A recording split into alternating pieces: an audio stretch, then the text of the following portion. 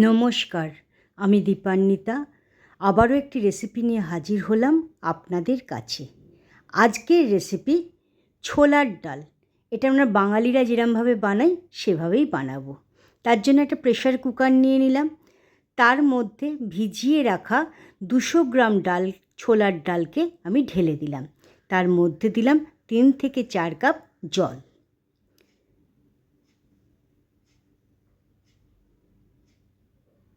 এরপর তাতে দিলাম 1 টিস্পুন হলুদ গুঁড়ো, স্বাদ অনুসারে নুন, 4-5 টেবিল স্পুন দিয়েছি আমি এখানে, এটা মিষ্টি মিষ্টি হবে তো চিনিটা ওই জন্য একটু বেশিই দিয়েছি। দিয়ে কুকারের ঢাকনাটাকে বন্ধ করে দিলাম এবং গ্যাসের আগুনটাকে জ্বেলে দিলাম। এরপর অপেক্ষা করতে থাকলাম 4-5টা সিটির জন্য।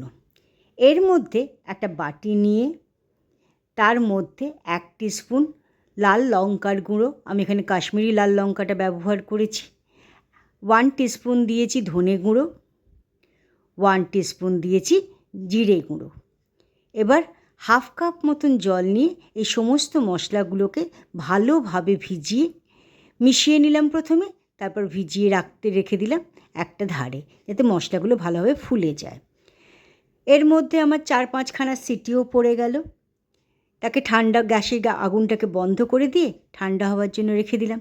যখন গ্যাসটা স্টিমটা রিলিজড হয়ে গেল, তখন কুকারের ঢাকনাটা খুলে নিলাম এবং দেখে নিলাম যে ডালটা ভালোভাবে সেদ্ধ হয়েছে কি না। দেখলাম ভালোভাবেই আমার ডালটা সেদ্ধ হয়ে গেছে। এরপরে একটা কড়াকে গ্যাসের উপর চড়িয়ে দিয়ে তার আগুনটাকে জ্বেলে দিলাম। এর মধ্যে দিলাম 2-3 টেবিল স্পুন সর্ষের তেল।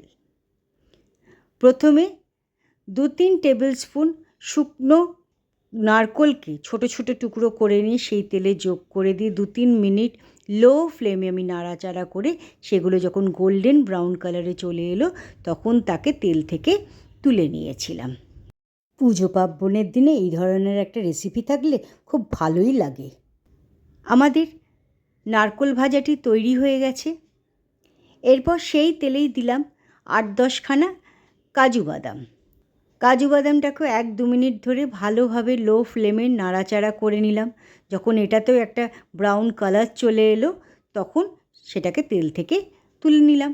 এটাকে নাড়াচাড়া অবশ্য সময়টা আমার কম লেগেছিল, 1-2 মিনিট লেগেছিল। আমাদের কাজু বাদাম ভাজাটাও হয়ে গেছে। এরপর 10-12খানা কিশমিশকে তেলে দিয়ে ওই 20-25 সেকেন্ড, কিশমিশ ভাজতে বেশি সময় লাগে না, যেই কিশমিশগুলো একটু ফুলে ফুলে উঠলো অমনি তেল থেকে তুলে নিয়েছিলাম, নাহলে পুড়ে যাবে। আমাদের কিশমিশ ভাজাটাও কমপ্লিট হয়ে গেছে। এরপর সেই তেলের মধ্যে দিলাম একটা তেজপাতা, একটা শুকনো লঙ্কাকে মাঝখান থেকে ফাটিয়ে নিয়ে তেলে যোগ করে দিলাম, একটা 1 ইঞ্চির ডালচিনিকে মাঝখান থেকে ফাটিয়ে সেটাকেও দিলাম, 2খানা ছোটো এলাচের মুখটাকে ফাটিয়ে নিয়ে যোগ করলাম, 2-3টে এখানে আমি লবঙ্গ যোগ করেছি, আর 1 টিস্পুন গোটা জিরে আমি তেলে দিয়ে 1-2 মিনিট ভালোভাবে লো ফ্লেমে সেগুলো নাড়াচাড়া করতে থাকলাম। এরপর দিলাম 1/2 টিস্পুন মতন হিং। হিংটা অপশনাল, দিতে চাইলে দেবেন, না হলে দেবেন না। আমার ভালো লাগে হিঙের গন্ধ বলে দিয়েছি। এরপর একটু নাড়াচাড়া করে নিয়ে ওই যে মশলার মিশ্রণটা তৈরি করে রেখেছিলাম, সেই মশলার মিশ্রণটা ঢেলে দিলাম। তার সাথে 1-2 টেবিল স্পুন মতন জলও দিলাম। তারপর দিলাম 1 টেবিল স্পুন আদা বাটা। সেটাকে দিয়ে 1-2 মিনিট ভালোভাবে নাড়তে থাকলাম।